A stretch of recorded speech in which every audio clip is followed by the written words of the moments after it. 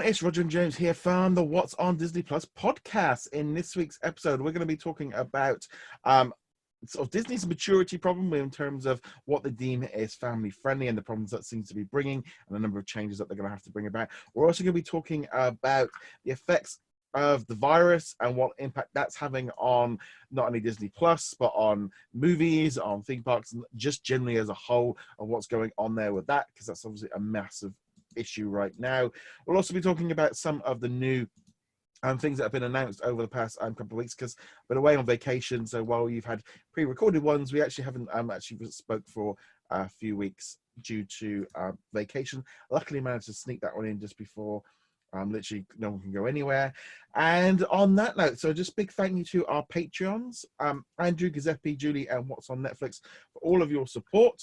Yeah, it really does make all of the difference, especially just with everything going on with YouTube and all the rest of it, because I suspect this one will be demonetized because the minute we mentioned the virus.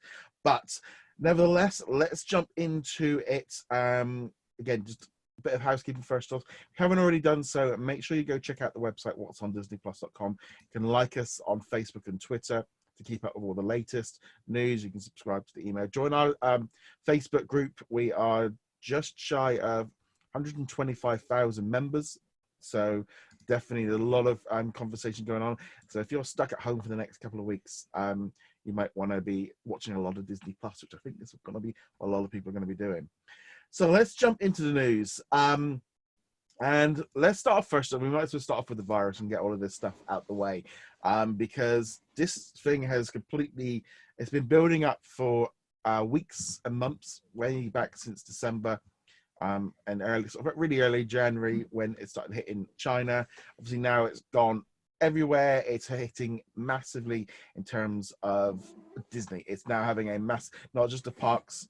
I mean, if you've been listening to a while, I was out in Shanghai and Hong Kong Disneyland literally just a few weeks before it closed down. As of right now, Disney have pretty much just kind of put most of their business on hold. The theme parks are, as of this weekend, completely closed. So that's all 6 theme parks around the world, including Disneyland and Walt Disney World. They're all going to be done. The cruise line, that is all going to be there'll be no new departures until the end of the month. And apparently, I think even Canada's now said there won't be any cruises up there till the end of July. Some of the hotels will be staying open, but in terms of like TV and stuff, domestic Walt Disney World employees are going to be working from home if they can do so. That includes Walt Disney Studios, the television departments, ESPN, direct-to-consumer, so obviously that's Disney Plus and Hulu. And then we've also got the parks, experiences, and products. So as many people as possible are going to be working from home. So that might have a massive impact in terms of what we see coming out over the next few weeks. Press releases, PR stuff, who's doing artwork on design, everything that's going on right now in Disney is going to be having to be done, as much of it as possible from home, but people might be editing and doing, we just don't know. There's so much stuff to be done. A lot of filming has now been suspended. Disney have said that they have put a number of productions of live action on hold. So things, for example, including the new Disney Plus remake of Home Alone, The Little Mermaid, that was due to start filming this week. The Shang-Chi and the Legend of the Ten Rings, that one's been closed down. A couple of Fox movies or studios, you've got The Last Duel and also Nightmare Alley. The new Peter Pan and Wendy live action movie, and also Shrunk, according to the Disney statement put out to the Hollywood Reporter. While there have been no confirmed cases of the virus in our productions, after considering the current environment and the best interests of our cast and crew, we have decided to pause production on some of our live action films for a short time. We will continue to assess the situation and restart them as soon as feasible. Obviously, as well with that, the live TV shows and things like that, I know a lot of ones that have got like live studio audiences are kind of, WWE literally last night ran SmackDown from their performance center. I know Ellen's closed down a couple of the live, so that will affect TV, which ultimately then will affect Hulu. Disney Plus, we don't know what's going on with the filming there. I suspect eventually everything is going to come to a pause. Ultimately, when the crisis is over, this will all kind of pick back up where they left off. But what that does mean then as well is there was some more delays to some of the movies that were coming out over the next coming weeks ahead. For example, Mulan, which was due out in about 2 weeks' time, that one has been delayed. Also, the new Mutants again, and then the Searchlight Pictures movie Antlers. And there was also a lot of speculation that Black Widow might be moved out as well, because that's the 1st of May. And I believe the cinemas over there in the US have started doing like 50% occupancy rates to try and get people to go in. But I mean, how long that will last, I don't know. But I suspect Black Widow will be done as well. So yeah, so that was kind of a quick just run through of everything there. I mean, this is just going to have a massive impact on Disney Plus and everything else, because ultimately, if things are filming late, things might be delayed. Movies coming out, if Mulan comes out in 3 months late, that means it'll be coming to Disney Plus probably 3 months later as well. But generally, yeah, just a big mess right now. Yeah, and it's something we'll be feeling not just for months, but probably for years. After a certain point, they stop connecting things to it. Yeah. This, we said it was coming out in October. Now it's coming out in January, and you don't even need to mention it's because of the coronavirus. It's just, and it might not even be directly because of it at that point too. It might not be that particular set was delayed, but other sets were delayed, which meant resources aren't available, which means now it's delayed as well.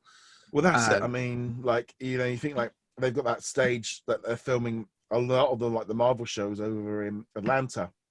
So obviously, if Falcon gets delayed, then that then pushes back then every single movie being shot after it as well. So there's this like knock-on effect, and but no one would have ever seen this coming. I mean, this is just one of those, I mean, we've never seen anything like this in our lifetime.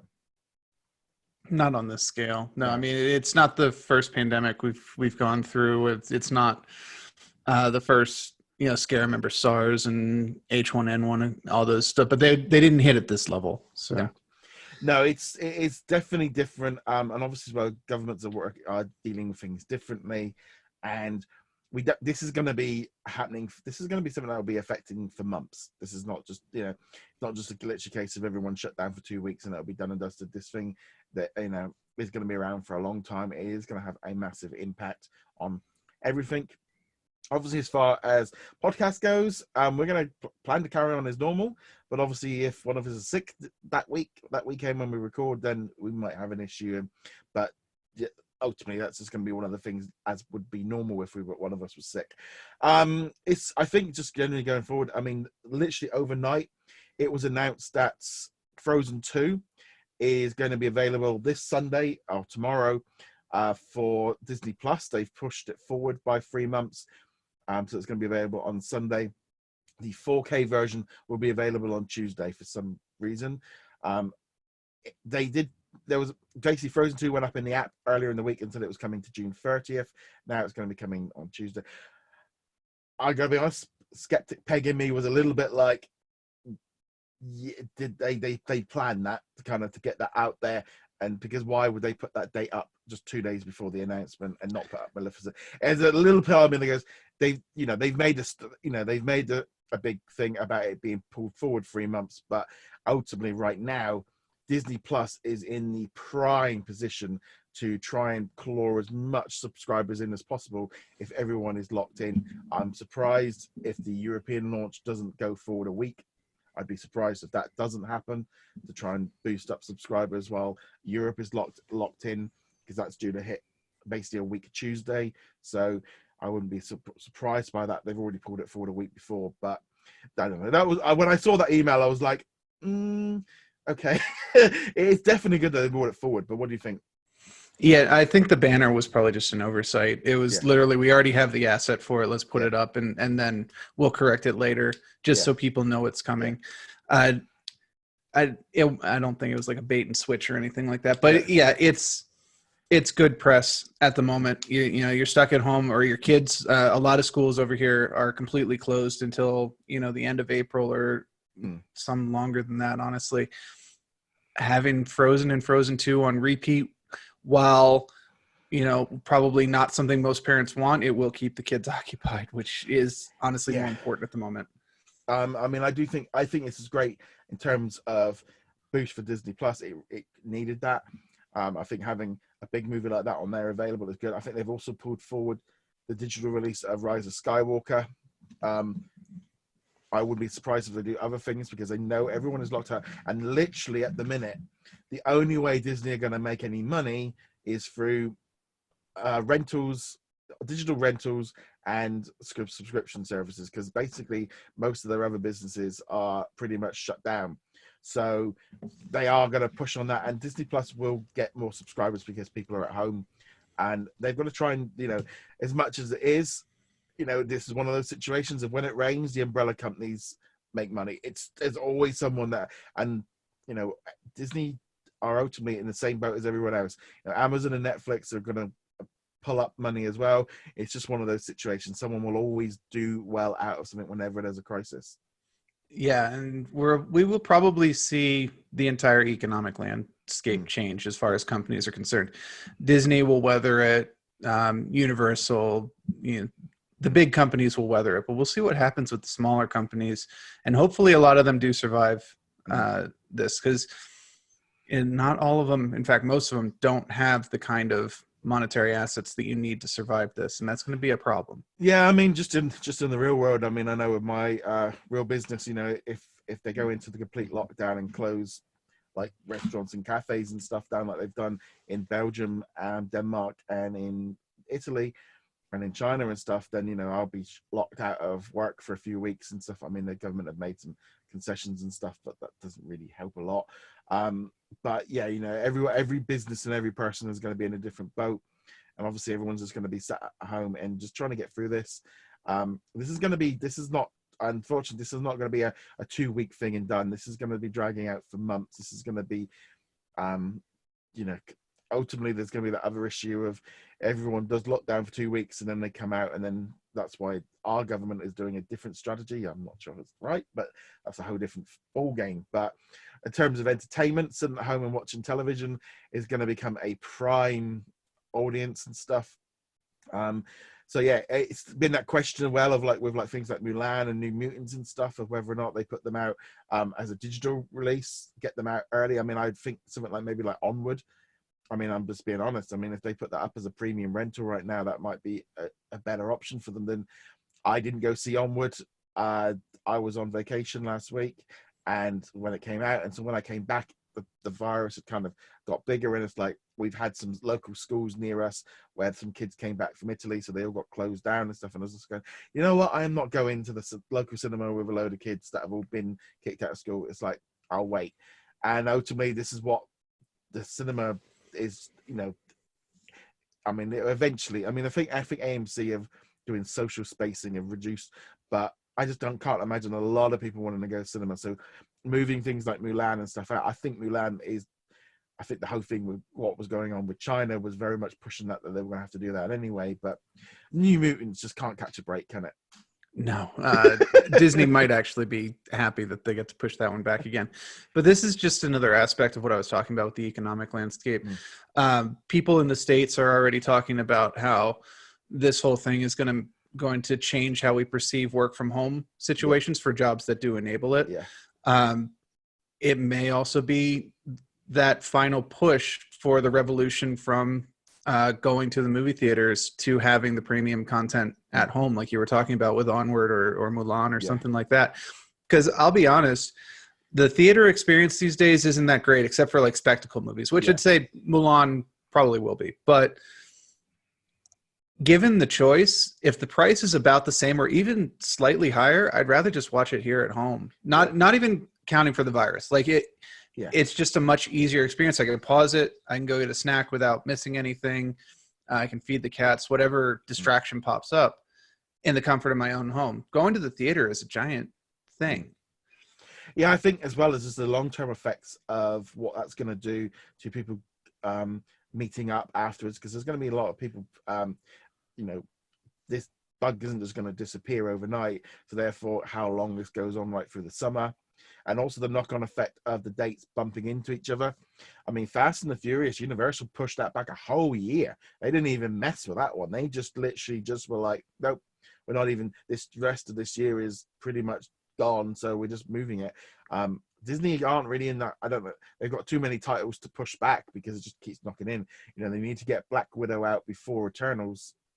It depends on what's going on. I mean, it is going to be a different situation, and ultimately, yeah. I mean, there's a lot of talk as well of like with retail and all the rest of it, of whether this will be the final push to get a lot of people that maybe weren't doing online to start doing online because they now need to, and online food shopping and stuff. Though having gone to a couple of supermarkets yesterday, there was plenty of people at the supermarket. It was like Christmas week. It was literally like Christmas week yesterday. I couldn't, it was racked up until, and there was just people, just, and the supermarkets are obviously, they've been quite open about the fact that, they're doing quite well out of this, and it's just that situation of there's always going to be some people doing good, some people doing bad. The fact that all the theme parks are completely closed down, but also this whole thing of filming, because them not filming stuff is going to end up hitting us for months and years later.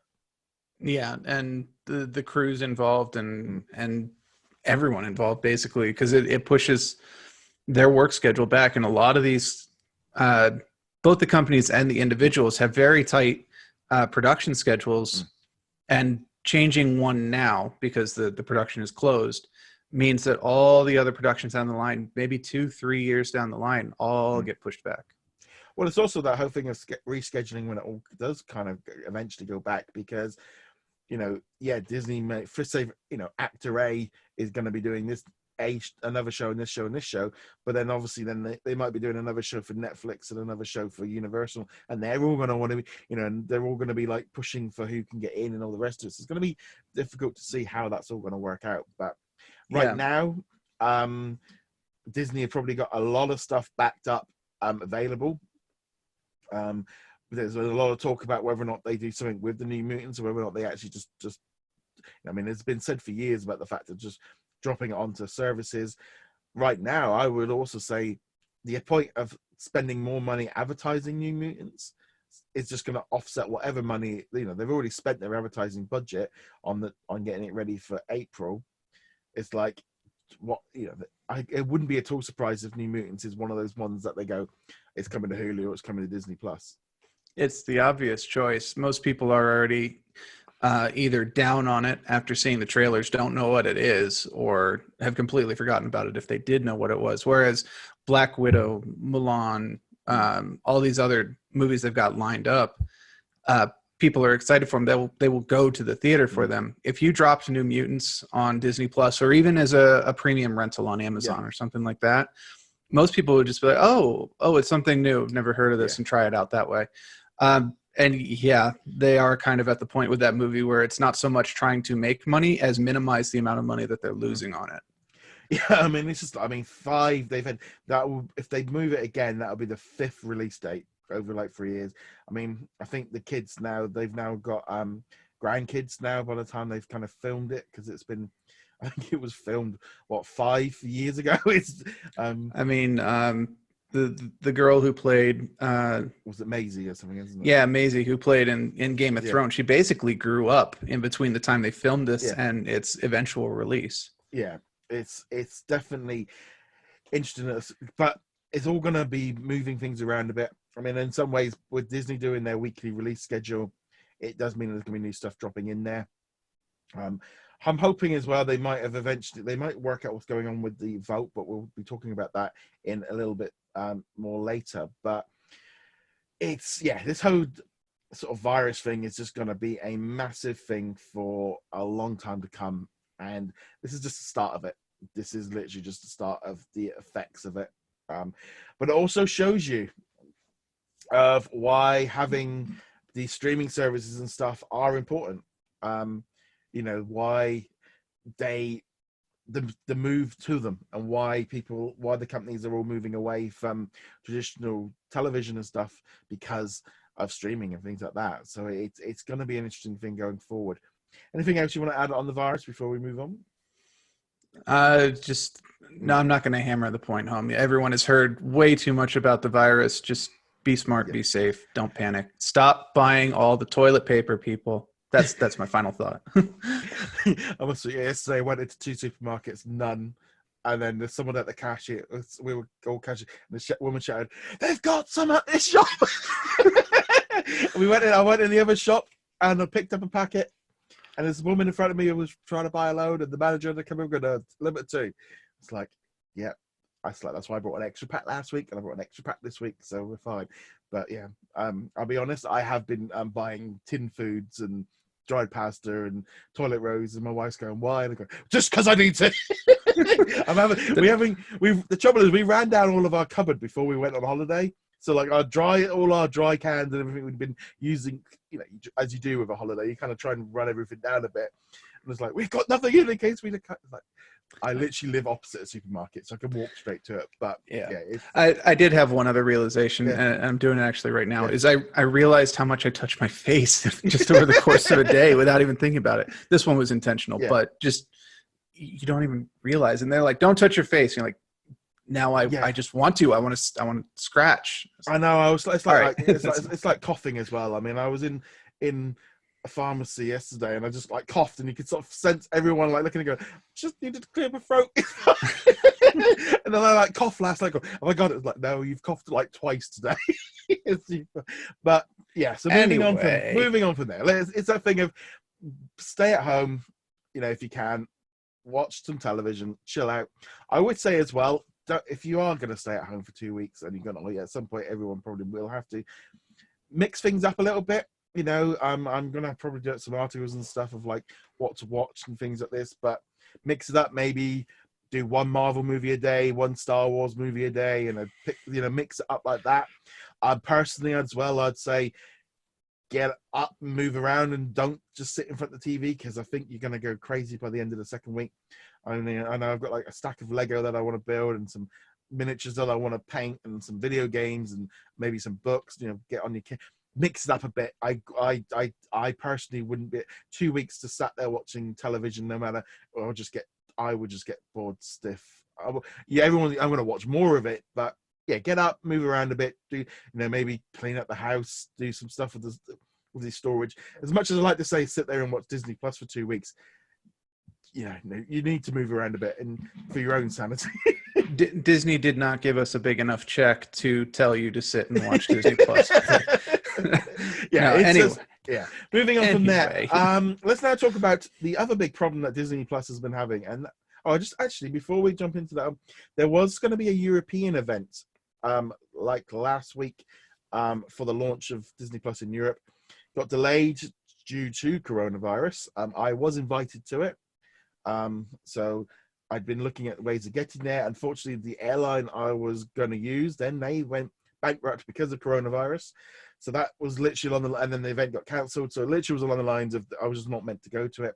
It was supposed to be happening this week in terms of a presentation. That seems to have that went right out the window by the looks of it, with the amount of stuff going on. So whatever they were going to do for that, and they were just been dropping news bits out about European deals. There's lots of European news as well. The full list of content for all the countries, like the UK and stuff, has been released. Very good list, a lot better than I was expecting. We've got all the big movies in there: The Lion King, Toy Story 4. So we are getting the new ones. You've got Endgame in there. You've got a lot of TV shows. I think there's going to be over like 800 movies and TV series available for the UK. Different countries have got different things. There was an article that I've been wanting to do up this week, but there's been quite a lot of articles this week. And generally, they've teamed up with a number of different companies around Europe. For example, like Sky Q. Over here, they've also been in talks with Virgin. There's been deals in Spain, France, Italy, and there's lots of movement and stuff going around. So that's all looking good. So Europe will be coming online soon. So it's definitely good for all the stuff going on in Europe right now. We're just literally getting ready for the launch of Disney Plus and stuff. So I can't wait for that one to be fully available to everybody. It's quite funny. The other night I was at the Games Club and we were talking about the Mandalorian. There's a group of us all playing Star Wars games, and you've got half the group that have kind of already watched it, and then the other half kind of waiting for it, and kind of but yeah, it'd be nice for everyone to do it. And it doesn't look like they are going to be dragging out the Mandalorian by the looks of it. I think they've just decided that maybe I think their communication wasn't quite right on that one, how they were doing it, and I think the backlash very much maybe persuaded them that it wasn't going to work that way. So moving on from there.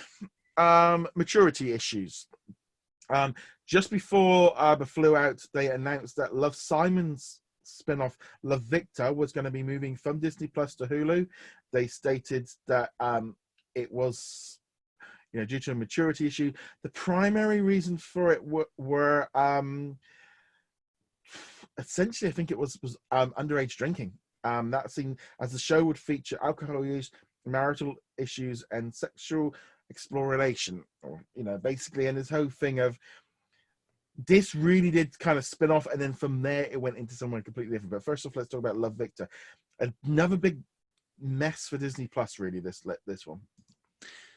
That specific one, or the whole maturity issue? The whole maturity issue. But this is the problem with what's happened really with Disney Plus is the lack of original content on there right now is because High Fidelity should have been on there. That should have been dropping weekly now onto Disney Plus rather than they dropped the whole season onto Hulu last month.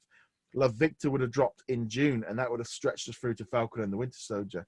So what's happened is by these two shows being pushed off of Disney Plus, there was nothing to replace it. It wasn't as if they went, oh, well, we'll put some more stuff. Their two big titles got removed from Disney Plus from their lineup. And also just, it sent a very bad message about the fact of it being about, obviously, a guy discovering his sexuality, the whole thing of it being family friendly. That didn't send a very good message from the point of view of Disney's, and everyone's going, hold on a minute. And this thing got brought up even in the annual shareholders last week when someone kind of pulled out to them about the new CEO, Bob Chapek. And he was very supportive of the fact that, they will go where the audience is and they will support them. And looking at it, and then everyone kind of jumping on this thing going, oh, well, they don't want it on there. And I'm there going, I'm watching Diary of a Future President right now, and they're doing this whole storyline, but they're doing it in a more, I would say, family friendly one. They're turning it back. He's just discovering his feelings. They're not going down everything else after it. They are doing this storyline in High School Musical, the series. They had this whole thing with these two guys kind of falling for each other and dancing and stuff. And even, I would say probably in Stargirl, it was more of a placement thing, but they are doing this stuff on there. It's just they Love Victor I think the alcohol issues were the main thing, because I think the writer even jumped up on Twitter saying actually it's more about the drinking side of things than the actual everything else. But it didn't look very good. Yeah, and you never can tell what's damage control and what's the actual thing, because I could definitely see them saying, okay, yeah, we talk about these subjects in High School Musical, the musical, or Diary of a Future President, but it is kind of the central theme of Love, Simon, which puts it more out in the front, because that's the main story. It is the story. It is him coming to terms or discovering what his sexual identity is. And there's something about it being a subplot, of a side character in a story, and there's another thing about it being in the front. Shouldn't be. It shouldn't make a difference. There's very little difference between him finding out about this and your standard teenage, high school, first love kind of thing. Yeah. But sadly, the world we live in, it is considered a different thing. And yeah, I could see that being the issue. The underage drinking, or just drinking in general, I could see an argument for it, at least. Disney does want to present a clean image. It's still very hard to get alcoholic drinks in the parks, even in designated areas where it's unless you're in France, apparently, because it's France. Don't take alcohol away from the front. Yeah, well, the thing is, as well, is the trouble is with that whole situation. I know for you guys out in the US, it's 21's the drinking age. Well, here in the UK, it's 18. But if you are, if you go to a meal at a restaurant, you can have a glass of wine with your meal at 14. I should have specified wine instead of alcohol. But well, I think but I think it's the whole thing of every culture has different things. So, in some European countries, they don't even have that rule and stuff. So it does change variations of what it is. If you walk around where I live on a weekend, you will only find 15-year-olds and 14-year-olds drinking. The adults are all at home. It's we have. When you lot say of underage drinking, for us that would be like legal drinking. 18-year-olds, 17. We have an underage drinking problem, but it's we're talking like 12, 13, 14-year-olds, and a standard thing of 17-year-olds going to the pub and all the rest of it, where So to me, you sort of see that thing and you go, really? That's you 21 seems, it's like half our lot have kind of grown out of it by then. It's just, so I think culturally things do change very differently with that. Yeah, and it's interesting how much of an emphasis is placed on it, partly because of the age, but Yeah. In the States, it is a hot button issue where people get very, very passionate about it both ways. But people saying 21's too old, it should be much younger, and other people going, well, prohibition was actually a great idea and nobody should be drinking. It's kind of weird how polarized everything has become. But then you go over to Europe, it's just like, what do you mean you don't want to have wine with your dinner? Yeah, it's different. I mean, High Fidelity, by the looks of it, I haven't seen it yet. Set in a bar. There's a lot of bar stuff. I mean, I think there's recreational drug use. It's like this show was not meant to it, and this kind of kicks into something I want to get into before we get into the Hilary Duff situation. Was Disney have apparently then changed their relationship with the Disney television studios at Disney Plus, because basically what's been happening is Disney television studios have had to kind of jump through more hoops than the other partners like Marvel and Lucasfilm and National Geographic. They've been much more interconnected, and it's resulted in a number of big TV series. There was a Tron TV series, Book of Disenchantment, Muppets Live Another Day, where they've ended up being cancelled after lots of money's been spent developing them. And then you've had other shows like High Fidelity and Love Victor then being moved to Hulu because the Disney Plus then turned around and went, well, that show's not good enough for us. We can't use that. And so what's happening now is Disney television studios are getting more power. They basically now go to Disney Plus and with a package and go, this is what we've got. These are the scripts. This is what we're doing. Do you want it? And because they have to make an amount of stuff available, all of the divisions do. And then like Disney Plus have a little bit less control over it because they've already kind of authorized what it is. I think by the sounds of it, and it seems this is what happened with Love Victor and High Fidelity, they kind of signed off on it early on a premise, and then the show kind of developed as it was going on when the script's changing, and then Disney Plus were like, no. And so they've had to completely like readjust. It's apparently been going on for a few months and just changing how Disney Plus executives look at it, because I think like now Disney television studios are going to be working similar to how like Lucasfilm was. For example, The Mandalorian, that was how Lucasfilm, they went to Disney Plus with, here is what we've got, here's the script, all the rest of it, do you want it? And so from there, and I think this will be stopping these issues of shows being moved around and things changing during development and all the rest of it, and hopefully that's a good thing going forward. I think the bigger issue here isn't necessarily the process, which is kind of what they're addressing with that. It's Disney doesn't really know what the message they want to send with Disney Plus is right now. They've got an identity crisis, if you will, where on the one hand they want you to go, we've got the Mandalorian, we've got Winter Soldier and Falcon and Loki and all these shows that adults want to see. We've got all these shows, but really we're still Disney, and we want people to be watching 101 Dalmatian Street. We want people to be watching the Mickey Mouse Club and stuff like that. And at the same time, and this will bridge us into Lizzie McGuire here, is they wanted to build on nostalgia too. They want you to go, oh, I remember watching DuckTales as a kid, and now I can watch the new DuckTales. Or I grew up watching Boy Meets World, and now I can see Girl Meets World and stuff like that. Eventually, I don't think that one's on there yet, but when they actually produce that, like you look at Boy Meets World and Girl Meets World, the nostalgia for Girl Meets World was people who grew up with it wanting to know more about the two main characters, and instead it was just a series about the kids, which makes sense. That's what it was marketed as. But at that point, who is the show for? Because the kids who are watching it have no connection to Boy Meets World, and the adults who are watching it are seeing the characters they don't care about. Yeah, and I think this is the whole thing going forward with Disney Plus. Just trying to, because apparently, when it was originally came up with the idea, was they wanted to be like on the edgy PG-13, but they've definitely gone down the PG line. They've gone a little bit. This concept of what is family friendly has kind of become a little bit too much. I mean, during the annual shareholders meeting, they were asked about like smoking, and they said there's no smoking in anything PG-13 and under, which makes sense. But they've got this whole thing of family friendly has become a bit of a, it's like, and there was this massive conversation on the Facebook group.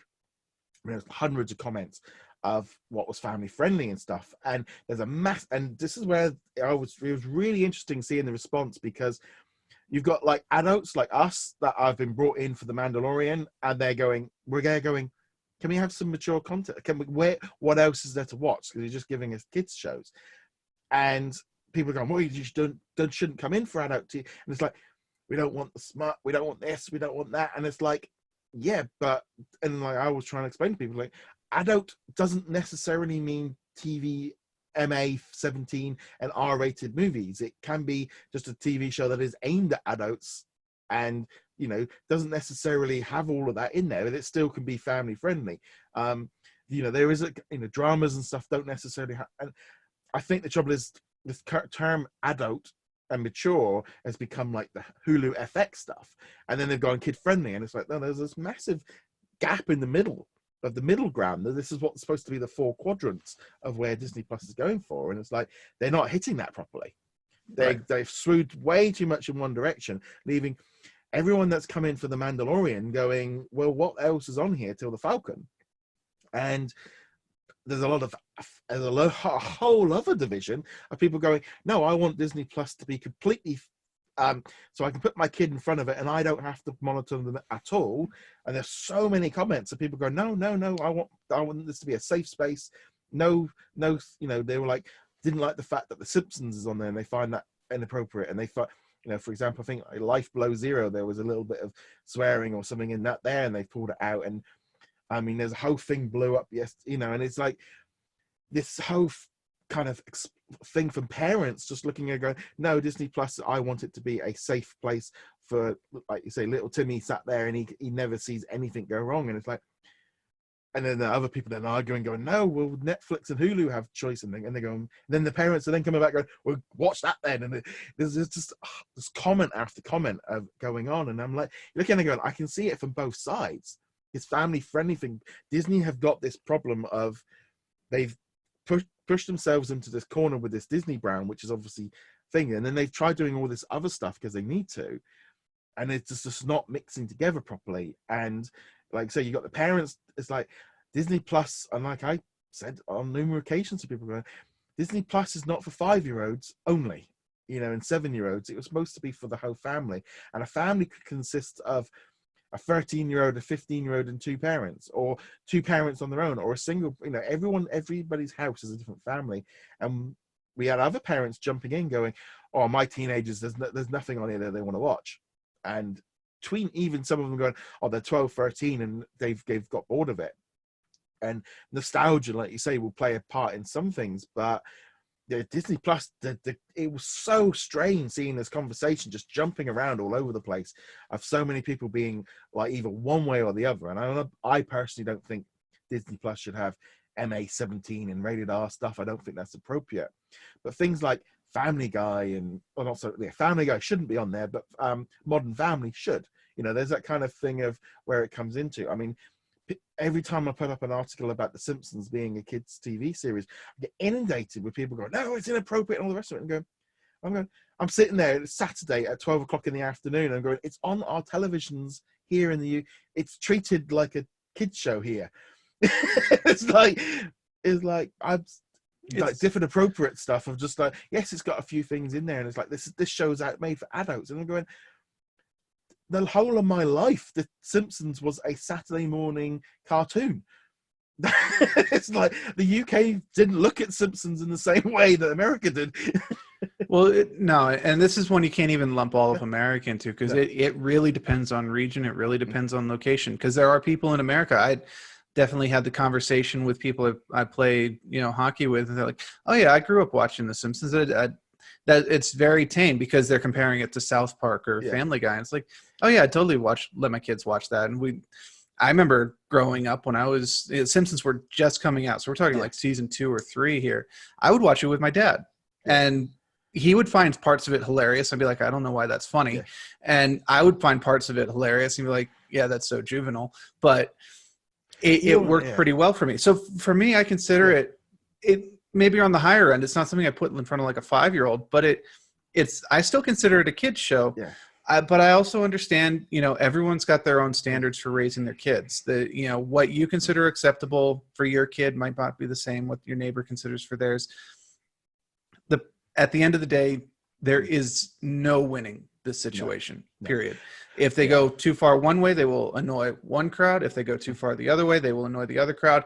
They have to find some sort of middle ground that is least offensive to as many people as possible. And that's, I think they've gone a little too far onto the kids only content. But of course I'm also an adult without kids. So that's my perspective on it. Before jumping back onto that, I feel like language or English in general isn't very good at expressing this particular concern, because this is what you were saying earlier, where people want mature content, and when you think mature content, you go Game of Thrones, Westworld, Breaking Bad. No, we just want things that adults can enjoy, and this is what made Pixar so popular back in but back in the day, what separated them was you go to Toy Story. As a kid, you had a whole bunch of jokes that were for you, but your parents who were also there were like, oh no, there's stuff in here for me that I find funny, or stories that resonate with me as well. And it worked on both levels. And that's what we're talking about. It's definitely weird. I mean, it's funny, like you said about, I just want to say, like The Simpsons. I think I was about 9 or 10 when it came out. And I remember being at school with Bart Simpson t-shirts and the Simpsons action figures as a kid. I had my WWE figures and my Ninja Turtles and my Bart Simpson and my Homer. I had all the family, and I had them as action figures and played with them as kids. So therefore, in my mind, it's like that was something I did. That was a kids show, it was, and that was ultimately where I grew up with it being a kid. So my view of it is like, that's there up there with like Ninja Turtles, and yes, South Park is very different and stuff, and I love that stuff. But I said this whole thing of just like what's family friendly, and this big push of what is and what isn't. Personally, to me, it's like the rating system that every country has. That is your baseline. That is the government system. That's the agreed system that people use to determine what is and what isn't friendly. And I think that should be kind of where Disney can kind of go, they've said that this is this level, therefore this is appropriate. They can have their own thing and go, this maybe isn't, this isn't, and they could do editing and all the rest of it. But to me, the point of a rating system is that happens. If they turn around and go, this is a PG or a PG-13 movie or a TV-14 or whatever, that is who it's aimed at, because they've got to find that line. And I think Disney has gone a little bit too much the other way, where they have gone a little bit too family friendly. I mean, looking at it at the minute of like the originals that we've got on there, say for example Disney's Fairy Tale Weddings, that isn't a show made for adults. It's not a kids show. It's super glossy, it's super but it features adults in loving relationships and all the rest of it. I wouldn't say that it's not a kids show, but it's family friendly. Kids aren't, the Imagineering story, that's not a kids show, but it's adults want to watch it. And there is that line of trying to get the line. I would say like Shop Class. Have you watched any of them? I've watched the first 2 episodes. I watched the first one, and I have to admit, I kind of wish I had just jumped to the end. I really enjoyed seeing. We're not going to do a full review of this, but I really enjoyed seeing the projects they made. I just felt like it was really fluffed out with them. Taking half an hour or 40 minutes to get to the completion of the project. I realized the format, though. The first episode, because the second episode, like, can we speed it up a bit, because this is taking a bit too long. But that show there, you're sort of looking at it going, this show could be, if they had adults doing this rather than kids, or even an adult and a kid doing it, because it was a little bit more adult friendly than I was expecting, because there is quite a few adults in it. But it would have been more interesting had they had the combinations, or even just had adult, because even if you had adults doing it, it still would have been friendly for everyone to watch. It wouldn't, just because you put adults in it, they aren't all, cursing, swearing, and drinking. Like, I've just done they've just made the golf course. Let's have a pint. It's like, we have things like Great British Bake Off and all the rest of it. that show could have easily have been skewed slightly more adult with just one little change, but they went with the kids aspect. And the setup and the show, the props, everything could have been identical, and they could have just changed the adults to the kids, and the whole show would have been viewed differently. I mean, you could do that with a lot of different shows, Yeah. to be honest. I mean, Shop Class, like you said, becomes see, but okay. So I was going to say, I don't say necessarily like make it mature. I mean, just in terms of if they changed the kids to adults, it would still be completely appropriate for Disney Plus. Right, and this is again going back to we don't really have the language to describe it properly, because the words we use, adult, mature, they conjure certain images that aren't, because now Shop Class becomes an adult oriented. I'm thinking, like, is he going to lose his hand to a buzzsaw? What's going on here? You know, and we family friendly, but even that doesn't, because that makes it sound like we'll talk about Stargirl later. That's kind of where that comes in, but we don't have that term that's kids will enjoy it, but adults won't be bored stupid by it either. Well, I think the general thing is it was mainstream. Mainstream is I think is probably the best thing, is mainstream audience, because that is 4 quadrants. That is everyone. A mainstream audience like The Mandalorian. A mainstream audience goes and sees Avengers Endgame and all the rest of it. A mainstream audience is not going to sit there and watch Diary of a Future President, and that is the difference. And I think that moving on from that one there, with, like, for example, this whole thing with Lizzie McGuire, we'll bring this one in there. She, after the issue with Love Victor, she then went on and put on a tweet about "This sounds familiar." She then later put up a message saying, and I'll read this out, that she was extremely excited to launch Lizzie on Disney Plus, and my passion remains.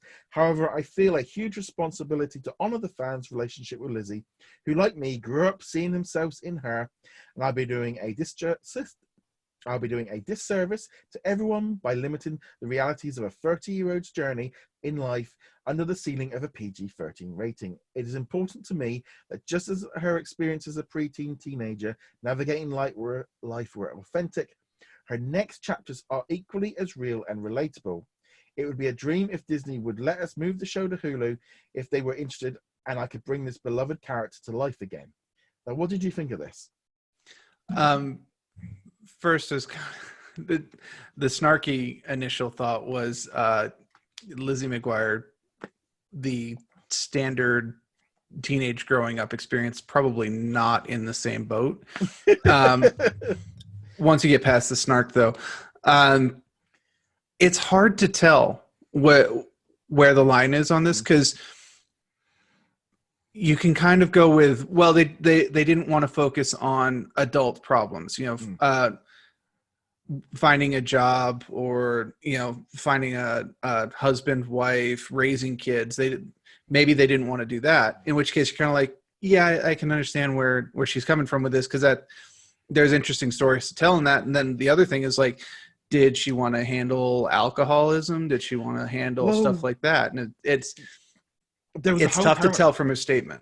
Yeah, well, apparently as well, this kind of falling on from it, was the storylines were involving cheating, and there was sex and stuff. And it's like this whole thing of, like, where this was going. And now there's a lot of people angry on lots of different fronts, because you got a lot of people going, well, we want the Lizzie McGuire that it used to be, and I want the nostalgia. And you got a lot of other people going, I grew up this show, they need to make it, the 30-year-olds are the ones going to be watching it, not the 14-year-olds, like we said with Boy Meets Girl. And then there's a whole lot of things of going, well, maybe they should have agreed all of this before they made it and agreed to scripts. And there's this kind of line of, like, there's some saying of, they're trying to turn Lizzie McGuire into Sex in the City. Is like, to me, it feels like they need to find the middle ground. They have to bring it down a little bit, but go up a little bit, because otherwise this stuff's not going to be made. A lot of people are going false advertising, because they advertised it was coming and then they show pictures of it, and now they're not. And it's like, even the way the wording that she said it was about the fact of, if they were interested, I could bring this character to life again. It's like, is it dead? Is this completely shut down? I mean, in some ways, maybe the virus is going to give them a bit of some time to work out what's going on with this one, a bit more time in discussions, and then they can kind of use this as the excuse. to me, there is that line of, if she is a 30-year-old woman living in New York, she's not a 14-year-old living in a bed. We need to have something in there. What they see and what they show and what they do is telling. They've got to find that line. I don't think a PG rating for this, PG-13 would deem a little bit more appropriate.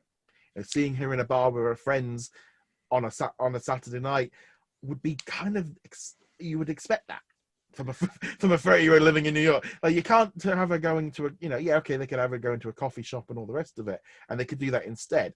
But at least maybe reference to the fact that, well, we had a night out last night and I met a guy. They are going to have to do that, because she's not 14. Yeah, you can't have a 30-year-old woman who's just complaining the same way she was when she was a 14-year-old. No one would really go into that. I know that there are a couple of them out there, but people don't like hanging out with them, and they wouldn't want to watch a TV show about the same thing. And if you're going to have a story about a 30-year-old and their group of 30-somethings around them, you're going to have topics that little kids are not going to understand what's going on. Yeah. Or if they do understand what's going on, kind of like start asking the uncomfortable questions of mommy and daddy. So who is it? Who's that guy? And who's that girl? I've never seen her before. Who's Lizzie? Yeah. So it's a tough situation, but it's a corner that Disney boxed itself into, and they're going to have to figure out what they want it to do. Does it end up on Hulu? Do they come up with something else? Does it be where Lizzie is a character, but she's not the main character? It's about her kid, go the girl meets world route. But the trend of this kind of show, because we've got a lot of nostalgia shows going on right now, or just kicking off or just ending. The ones that are successful are the ones that take the characters that people grew up with and show where they are now, not where their kids are. Yeah, the thing is, to me, at the end of the day, if the Disney Channel are making this show, there is part of me that goes, it's like the Hilary Duff and stuff, and they're going, well, you've agreed to make a TV show with the Disney Channel for Disney Plus. If there's that line of was everything signed deal because they're all too excited and kind of jumped in before they worked out the small details and the script and all the rest of it.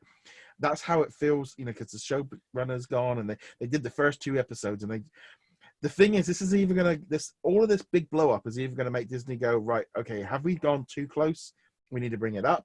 Were we wrong? Have we gone too tight? Or will they double down on being family friendly? Because this is the whole thing. If it's family friendly, Disney don't even know what that is for Disney Plus, and that is the problem. There's been some great articles on Deadline and Hollywood Reporter. They all kind of dropped at the same time, talking about the change within the Disney TV Studios department, finding out what Disney think of as what. There was even a question, I think it was what is a Disney Plus original? Because they don't know. They can't work. They've got so many different things going on that Disney Plus are all over the place in terms of this family friendly motto. Because what is family friendly to one isn't family friendly to another. Family friendly to one person is their 5-year-old kid watching it. Another one is the family sitting down with a 14 and 15-year-old and watching that. And there's this whole kind of thing, and I think Disney have got to get this right. And there's a lot of talk now of Bob Iger now moving into his creative role, being a little bit more, pushing his creative side a bit more with Disney Plus and trying to fix that, and Bob Chapek kind of letting him do this and put his more efforts in the creative side.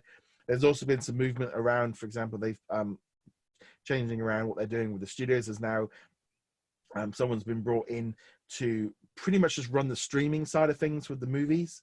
I'm just going to bring up her name. So she used to run the Fox Family. Vanessa Morrison. She's been named president of streaming at Walt Disney Studios. She's now in charge of making all the movies for streaming. She's worked with Fox Family for years, and she's been in. So they kind of, it looks to me like now they're kind of reshuffling everybody around a bit. But you kind of go, well, shouldn't you guys done this all beforehand? But then you then go, well, yeah, but they've had to deal with the 20th Century Studios merger and get everybody in the right place because they've had so many new people come in. But you do look and go, yeah, you should have really sorted all this out beforehand. Yeah, and that's the general impression I get, is that when they went to Hilary Duff and do you want to do Lizzie McGuire and do you want to the other people, do you want to do Love Simon and all these things? I don't think there was anybody going, well, what's the tone we want to set? I think it was just, let's line up projects, let's get people excited, let's start producing stuff. And then other people later down the line are like, wait a second, this is not the message we want to be sending, or they might be getting pressure from outside groups, from fans, from people on message boards going, this is not what we wanted. And Disney's reading that and going, yeah, okay, actually you guys are right, or we want to appeal to you. I know there's a group of like 1 million mums or something like that pick there. Spoiler, there aren't actually 1 million of them. No, there was there's this kind of thing with Onward where there is a lesbian Cyclops in the movie. And it was resulted in the movie being banned in a number of countries. A whole load of people pushing the agendas, being pushed on, and all this. I have had some dreadful messages and emails, and people in the Facebook group that have been kicked out. I will be honest, because their messages was like along the lines of going, "Yeah, this is you. No, you're being so aggressive to the point of you're being nasty," and it's like, and then it's like. This whole thing is blown up around and Onwards kind of lost a load of people going to it because of this story about the Cyclops, apparently that only had one line in it. And then obviously Bob Chapek got put up on this, like I mentioned earlier, and he's going, no, we are supporting this and we are doing, these are stories that are going to be told and stuff. And they are going to keep pushing the story forward because it's going to be, it's no longer the, taboo and all the rest of it, and they are having to change what is deemed family friendly, because to some people, like we say, family friendly is nothing. It literally is nothing but Mickey Mouse running around, and that's it. And it's just so bad of like all this stuff. I mean, it does feel like Onward really did it got hit with that Cyclops story, and then it's been hit with the virus, and it's just killed that movie flat where it is. And yeah, I one day I would literally just put the phone down, and my wife said, "What's wrong?" I said, I can't believe these people are having arguments with me about trying to get into an argument about a gay Cyclops. I said, I don't care.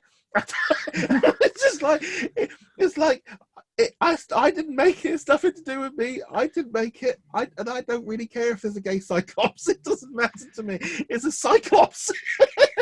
It's like, I know people are against it, and I know people don't like it, and it's like, but life's changing. It's like, I don't know. I was just sitting there just going, oh, I can't be doing with this. I haven't got time in my life to have to worry about a gay Cyclops. And I was just like, I don't care. It's like, I've not even seen the movie, and apparently she literally has like one line, and she doesn't, and it's just like, no, I don't want to watch it. I don't want to have to deal with this because it just seems stupid. And it's like, like if that's where you're going to go. It's like, okay, I can at least understand it with why parents might have a problem with Love Victor. But yeah, Cyclops. Love Simon. It's late, or it's early for you. It's early. I've been up since 5:30. It's just been one of those situations of just like, this is just, Disney have got to get a grip on it. And also, unfortunately, I would say this as a whole, the world, every family is on a different page, and Disney need to make their mind up of where they want to draw the line and where they want to set their guidelines, because nobody is going to be happy, because you're trying to please the majority by trying to please the minority, and it never works. And they've got to find that line in the sand, and they've got to keep to it. And ultimately, Disney Plus needs a little bit of direction. They need, I think at the minute that seems to be the issue. Well, that's half the issue, and not going to dive down this rabbit hole. We could offend everybody just by talking about this entire issue. Probably already have. There is the flip side to the story, though, too, which is that the LGBTQ community is also up in arms, not because that scene is in there, but because that scene is so tiny and is very obviously, we're putting it in to show support, but it's also super easy for us to cut it out so we don't have to put it in the Chinese market, which they also did with Star Wars Rise of the Skywalker, the little tiny lesbian kiss that it's like there for half a second. Boom, it's not in the Chinese. Yeah. That is as far as into this rabbit hole as we're going, though. Well, actually, also Stargirl, there was, literally at the last, in the dance scene, one of the friends brought a girl in, and they danced together. And it was like, okay, so that was, you've just thrown it in at the end. Like, you've done it, but you've not really gone into, this girl's barely had a line the whole movie, and now, you've done it in at the last second kind of thing. And again, this is just, it's part of it is part of a bigger plan, isn't it? You can see the kind of building up to it. But yeah, there's this whole thing. Nobody is going to agree to it. There's always going to be people that disagree. There'll be people disagreeing with us on either side, and we're never going to please everybody. And this whole deal of I do not want Deadpool 2 on Disney Plus. I don't think it's appropriate. I think Once Upon a Deadpool could be, because they've edited it all out, but I do think as well of TV 14 is still appropriate for 14-year-olds. That's the way I look at it. And as far as I'm concerned, a 14-year-old is still a child. There is a kind of thing of that is ultimately where it's at. I don't want them to be watching, things like Daredevil is not, maybe and there's some stuff in Luke Cage is not appropriate for Disney Plus, but a bit of changing to the characters it could be. But let's move on from there to another story. Beauty and the Beast is apparently going to have a sequel series on Disney Plus with LeFou and a prequel. Yeah, it's going to be a prequel with LeFou and Gaston. Going to be being made by the people that made Once Upon a Time. This apparently was a kind of a spin-off idea. I think after the Muppets show that they were working on together with Josh Gad fell apart, they've moved over to this. No real official word from Disney on this one. But let's just say last time LeFou came up, we had this entire same issue that we just had with the whole thing with Lizzie McGuire. So we'll carry on with that one. What did you think of this sequel series? Prequel series. Yeah. I mean, I'm all for it as long as they do it well. I mean, Gaston is actually one of the more interesting villains, and doing a kind of origin story for him could be entertaining. I just don't want it to be a Maleficent style, he's not actually a bad guy. He's pretty blatantly a bad guy. He is like the epitome of all the things that you don't want in a man kind of deal. Yeah, so I think it'll be good. I mean, it's quite funny because I watched The Hobbit on the plane. I watched all 3 of the Hobbit movies on the flight over. And because I couldn't remember them. That was the thing. There's a reason for that. I was flicking through and went, because he's Gaston's in 2 of the movies. And I was like, I don't remember these movies. So I watched the first one and I'm like, you know what? I'm going to do this. So I did all 3 movies in a run. I had 9 hours to kill. So, it was, and I was like, okay, I did enjoy it, because it's like, but I couldn't remember these 3 movies at all, which is not a good sign. But it was, I think, having just literally just seen him in that there, I was like, okay, cool. It depends. I just don't want them to change Gaston. He needs to be, bad. He needs to be, don't make him, they have to keep that going. I mean, they're obviously going to explore LeFou a little bit more. I expect that will be all coming into it. But yeah, I think it sounds good. Whether or not we need it, I don't know. Was it the series everyone was asking for? Probably not. I think a lot more people probably would have been more interested in a Beauty and the Beast sequel series with following them after the event rather than before it. But I think it sounds all right. I'm perfectly fine with it. We'll just have to wait and see what the details are. I mean, it could just be 8 episodes of Luke Evans eating eggs, 5 dozen eggs every single morning. I don't know. Yeah. But it's going to be a musical apparently as well. But I mean, it should be. Beauty and the Beast, both live action and the animated were musicals, and both Luke Evans and Josh Gad have musical chops, so use them. Yeah. So moving on from there, we saw a trailer for the brand new Disney Plus series, The Disney Insider, or Disney Insider. Not to mix it up with the website. This one is launching next week on March the 20th. It's going to consist of basically stories about 3 things going on backstage at Disney. So the first episode, I think it's got a little bit about Stargirl, a bit about Mulan, and a little bit about Onward. And it's going to be a behind-the-scenes look each week at stuff that's going on within Disney. This one kind of it broke while we were away, and then we seen the trailer. I watched the trailer and going, it's like, on one hand, I can see what they're doing because it's this kind of, let's take some of probably the extras for DVDs and behind the scenes looks and probably some YouTube videos, mix them all together into a nice 20-minute package and sell it as a Disney Plus original. It's like, this is, I would say, cheap, easy filler content. But I actually as well completely think the idea of them doing a weekly Disney show kind of makes sense in some way. Yeah, just because it probably is cheap because they already have the footage. It's really just kind of behind the scenes stuff based on the trailer. There's nothing wrong with that, and as long as they string it together properly, it's fine. You know, there is a certain appeal to seeing the magic pulled back, to see how they do things, and especially for kids, I think it's kind of fun to see how, you know, what they're doing turns into what you see on the screen, especially nowadays when special effects are so huge in all of these movies. You know, not just the green screen, but how do you do, you know, a character with, you know, claws coming out of their hands in real time, and, you know, showing how the actor or actress is dealing with that. There's a lot of potential there, as long as they don't dumb it down too much, and as long as it's not too much of a just straight promo. Hey, here's some behind the scenes footage of Mulan. Don't you want to go see Mulan? You should go buy tickets for Mulan right now. As long as it's not that, it'll be fine. And in fact, this is kind of what I was hoping the One Day at Disney shorts would be like, a little more behind the scenes, a little more of the, like, how things work. I still actually do like One Day at Disney. It's a total, like, puff piece, but it's a fun little 5-minute diversion each week. I'll be honest, I haven't watched it since December. I didn't expect you to, honestly, based on your review of it. But it was, like you say, it was a human resources fluff piece.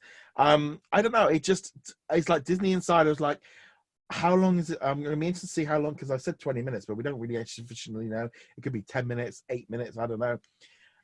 There's a reason why the interest in this series is very low. No one really kind of reacted to it. The trailer didn't really grab a lot of people's attention. It is just filler. And Disney, there's nothing, I don't think there's anything wrong with it, because if you're filming a TV series, have another TV crew come in and film them. You've kind of making your own content based on your content. It makes a lot of sense to do that, show how they do it. But it's all down to how they deliver it.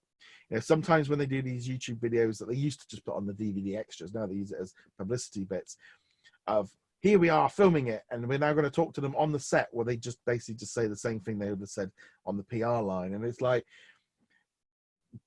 sometimes it can come across a little bit fluffy, but I don't think there's a problem with Disney making a TV series where they look at what's going on. And, you know, we do it with our podcast. You know, they have the Star Wars show. They have a Marvel-ish version of that as well.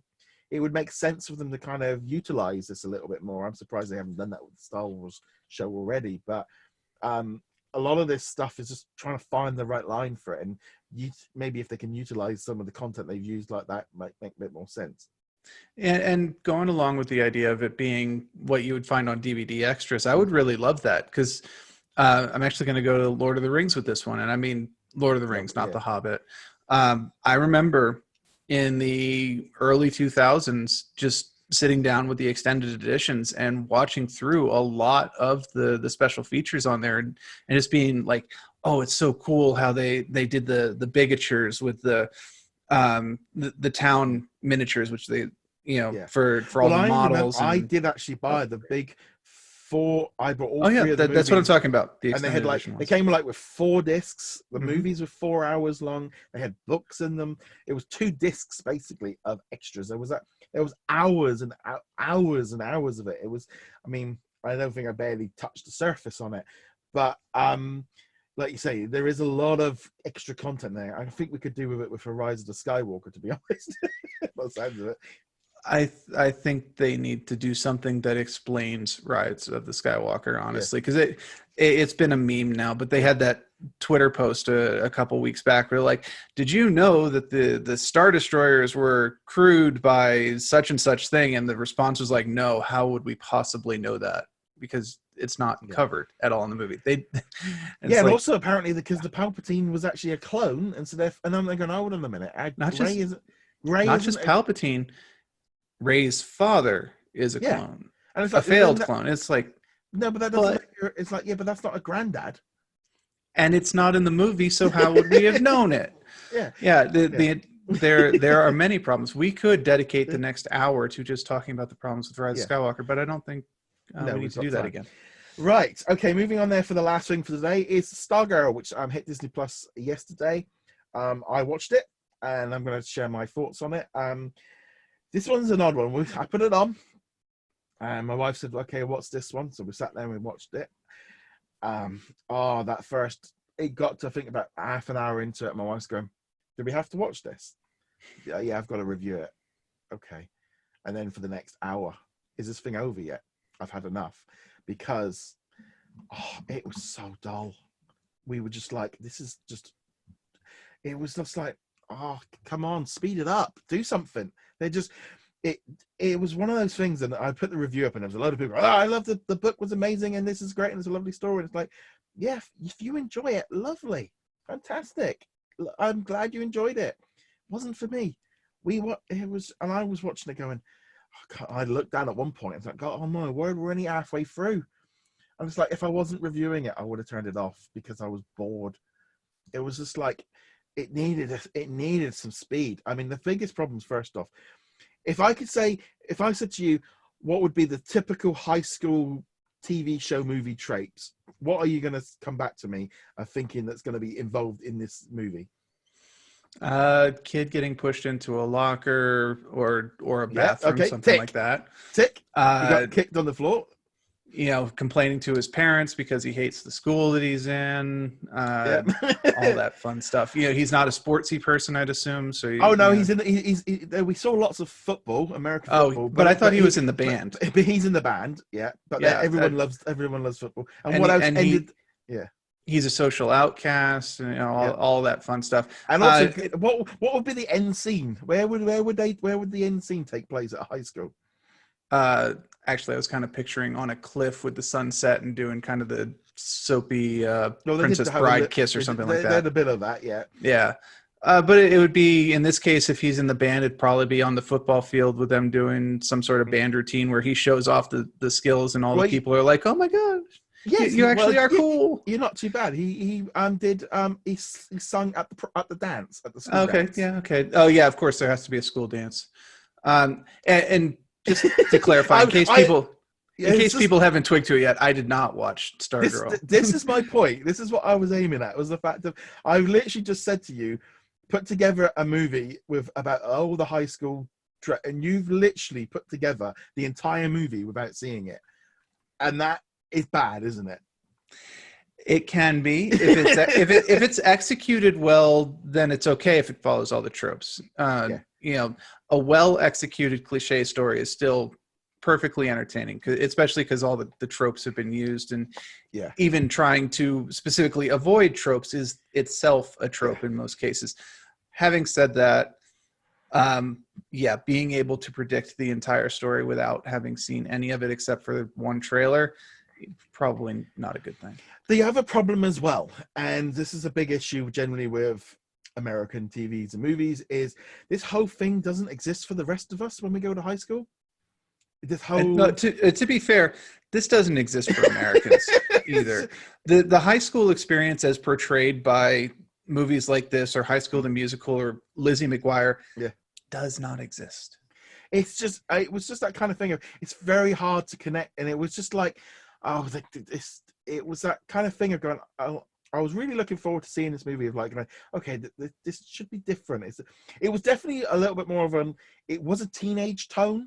It was much higher than like Timmy Failure. It was like, okay, they're aiming at teenagers, and maybe parents looking back on this and, reminiscing and stuff. And it was a little bit of just a thing to, like, for me, of just like going, this was such a Netflix movie. This was such a kind of, if this didn't have Disney at the front, they had the whole Disney castle at the front, Disney Presents. My wife did turn to me and say, why is Disney, doesn't feel like a Disney movie. It felt like it could have been released by anybody. There was this whole thing of, like, whether or not she was a magic or a dream or something like that, and they kind of threw it all in at the last second, and you're going, what? No, what? I know. I think the trouble is with these kind of things, and this, we're going to have it with Artemis Fowl as well, of where they have a really popular book, and I think you guys over there are reading it at school and all the rest of it. Takes on its own life, and everyone's Stargirl is a really popular book, where a lot of people have kind of got associated with this book and have fallen in love with it and all the rest of it. So when they convert it over, I went into it, no idea who Grace Vanderbilt. I've never heard of her, never seen her. Don't, Americans Got Talent isn't a thing over here. We have Britain's Got Talent, so I didn't know who she was. So she's an eccentric girl that plays a ukulele and sings. Well, that's what the character was in the book. So it was a perfect casting with that one there. But you're a bit like, okay.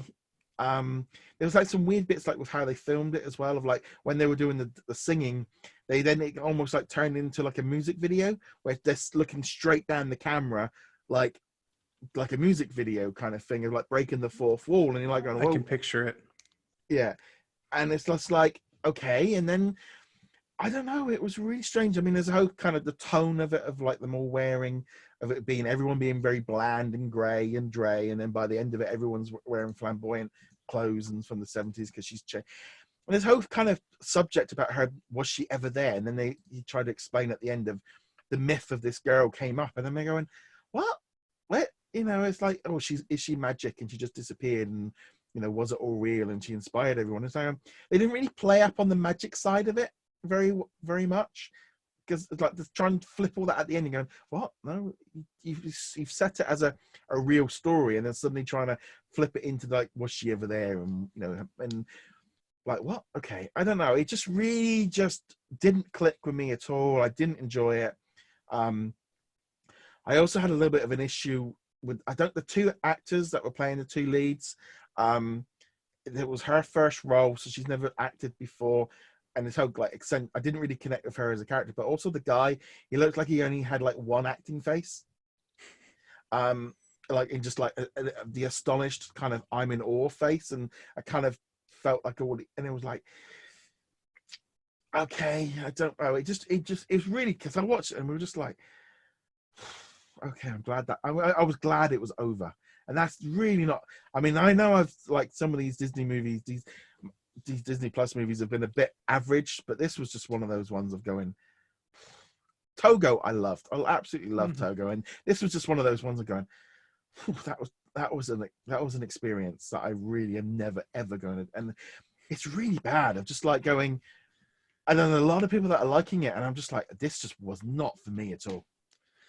See, I knew in advance this was not for me. That's not a judgment on the quality of it. I have no idea if I would have liked this or not in the end. But I just knew from the trailer, this is not a story for me. And I ended up, I had the chance to watch it. I had enough time. I'm working from home right now. I could have had it in the background. I was like, no, I'm just not. I'm just going to leave it there alone. Two thoughts. First one, completely unrelated. Are people actually watching or reading Artemis Fowl in school for school? I'm curious, guys. Tell us about this, because you mentioned that, and I could see it happening, but I don't know if that's actually true. Because the people trailer, let us know. The trailer. I know a lot of people are reading Stargirl at school level, I think, but Artemis Fowl, the trailer broke, and all I have seen on the comments on the YouTube video and on the group was just how the whole movie is just nothing like the book. I read the same as well. I've never read the book. And it makes me feel better, because the trailer, as a person who has not read the books, looks pretty bad. But we'll talk about Artemis Fowl another time. The second point in here, now I'm trying to struggle to remember what the point was going to be. Oh, no. So you and I were talking a little bit while you were watching the movie, which is obviously never a good sign to begin with. and the point came up, a lot of the times you look back at, say, the Disney catalog, and we're talking about the Disney Channel catalog here, going back to the 1990s, maybe even to before that. We remember stuff like Lizzie McGuire or That's So Raven or stuff like that, and we forget the dozens of other shows and movies that came out and just disappeared immediately. And if you really think about it, the hit rate on Disney Channel shows and movies it's probably about 1 in 4, 1 in 5. I might be being optimistic there too, but you mentioned Togo. Yeah. Togo was a fantastic movie. Yeah. Definitely highly recommended. Is what a Disney Plus movie should be, at least in terms of quality. Not necessarily that kind of story, but that type of quality. Movie. Right.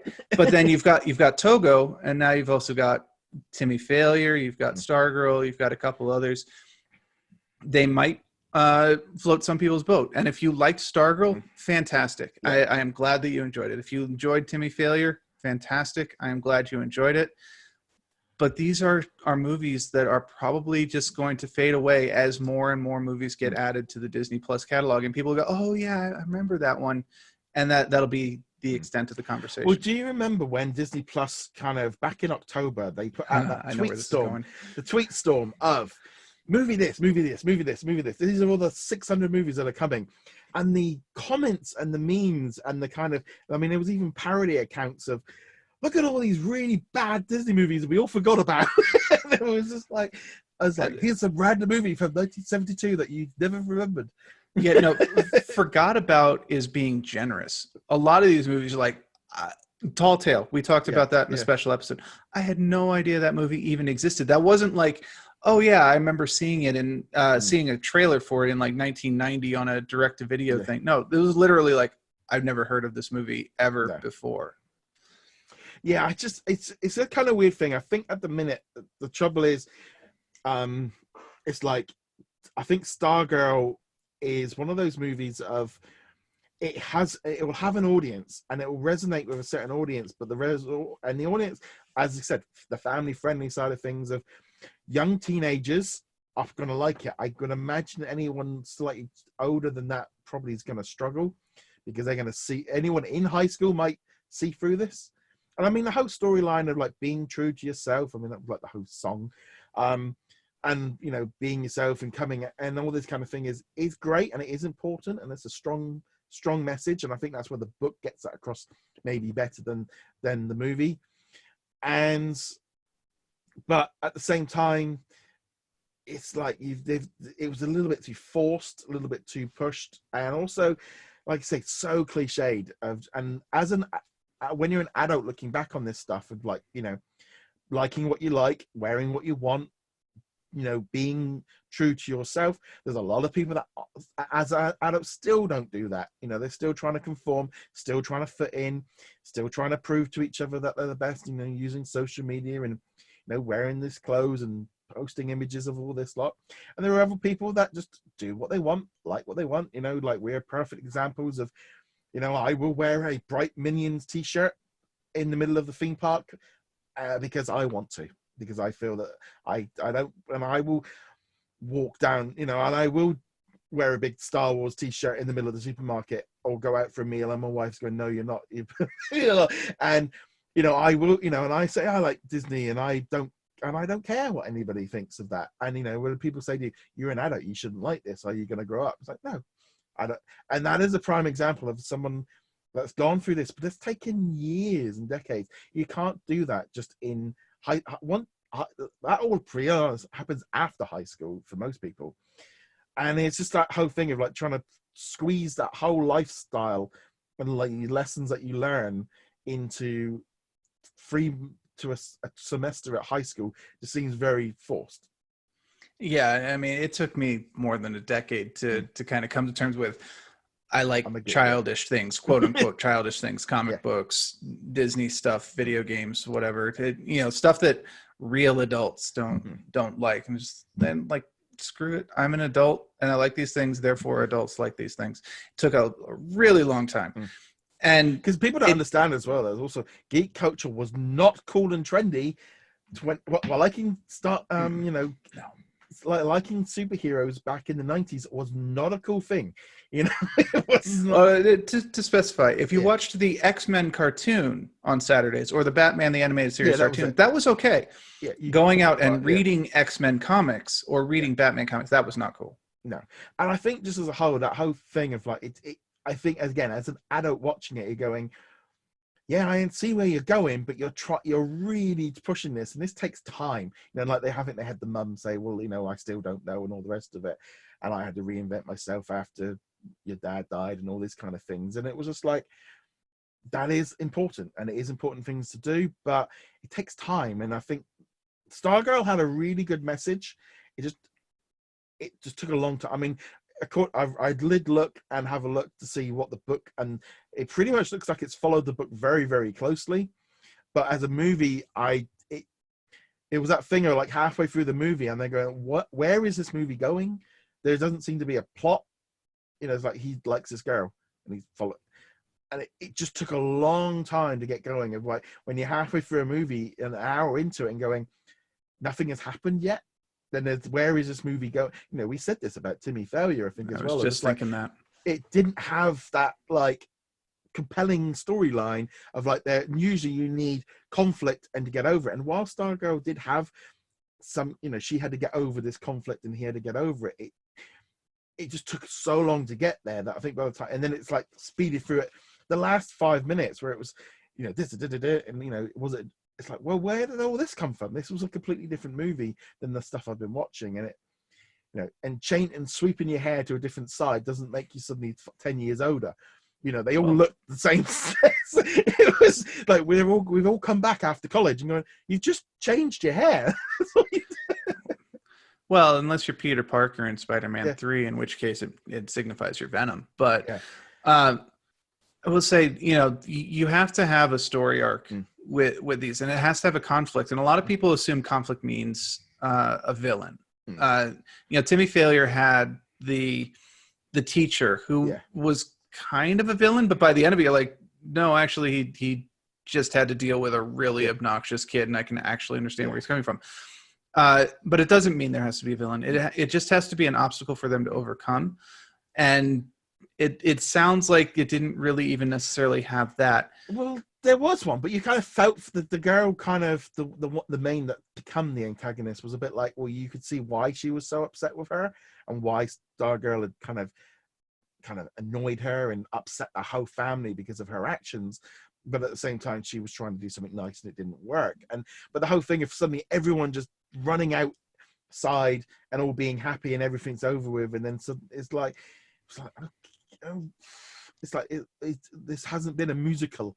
And like when everyone suddenly starts, and I don't know, there were so many parts of this movie of just like, I don't know about you, but if you put a school, say you go to a football game and put a little girl, just suddenly a girl runs out and starts playing a ukulele, she'd be completely drowned out at a football game, wouldn't she? Oh, absolutely. I mean, they kind of amplified her voice, and then they kind of brought in the cheerleaders. I thought when they brought the cheerleaders in and the rest of the band, it was fine, but it was like, well, why is this? It just, I don't know. It just, and then they all turned on her, and it was all just a bit like, as an adult watching it, going, I know you're watching it going, well, everybody, all the high school is wrong and all the rest of it, but you're there going, okay, I don't know. I just didn't connect with this character at all. Yeah, and that's kind of what I got from the trailer as well. I will say though, if the message is, be yourself, and it might be a cliched message, it's still one that's worth repeating over and over, especially to kids in that age range, because being a teenager is awful. Just straight up, I would never do it again. I mean, not that that's an option, but if it was, I'd just be like, no, I'm fine as I am. To be honest, this is the thing. If you took our brains now and put them in our teenage bodies, would be dangerous. I'd be miserable. I'd be even more of a shut-in than I was the first time around. I'd be like, I don't want to deal with any of you people. You go figure your hormones and puberty out on your own. I'm going to sit in here and read books all day. Leave me alone. I don't know. It's just, it is just one of those things. But yeah, if you did like Stargirl, let us know in the comments below or get in touch, because I'd love to, it's that kind of thing of like, this is going to hit an audience that's going to be, but where it is, because that kind of thing is sometimes well of like, I posted the article, got a few feedback and stuff, had a look and see what the other reviews were kind of doing, or where I sat after I'd kind of finished my review, and I'm going, okay, I kind of feel like I was in that zone of where most of them, because sometimes you do your review and you put it together and go, right, okay, am I completely, because sometimes as well, am I completely off base, and like, okay, where is it going to line? And I think Stargirl is going to have that audience. Unfortunately, I do think Frozen 2 is about to wipe it out of the playlists this weekend. I think Frozen 2 is just kind of, it was Stargirl's weekend, and now Frozen 2 is pretty much just come in and we'll just wipe that out next week. People will give it a go, and I think you should give it a go. And if you don't like it, turn it off. That's the benefit of a Disney Plus subscription. Not paying for it. That is the benefit of not having to write a review for it if you don't enjoy it halfway through. And it's there. You know, it's on the service, and when you are sick and tired of watching Frozen and Frozen 2 and Robin Hood and Sword in the Stone and all the classics, I mean, not that you can ever get sick of Robin Hood or Sword in the Stone, but you know, when you're ready for something new, it's there. It's waiting for you. It's not going anywhere. You can check it out. You can check out Timmy Failure. I do recommend checking out Togo if you haven't seen that one. But yeah, be prepared for going into the unknown a lot next week. But on to that note, thank you very much for joining us. We'll be back next week with another episode. Obviously, we'll be carrying on with all the news over on the website, and obviously as well on the YouTube channel where I do all news as it breaks and stuff. But on that note, thank you very much for joining us, and we shall see you guys in another episode. Later.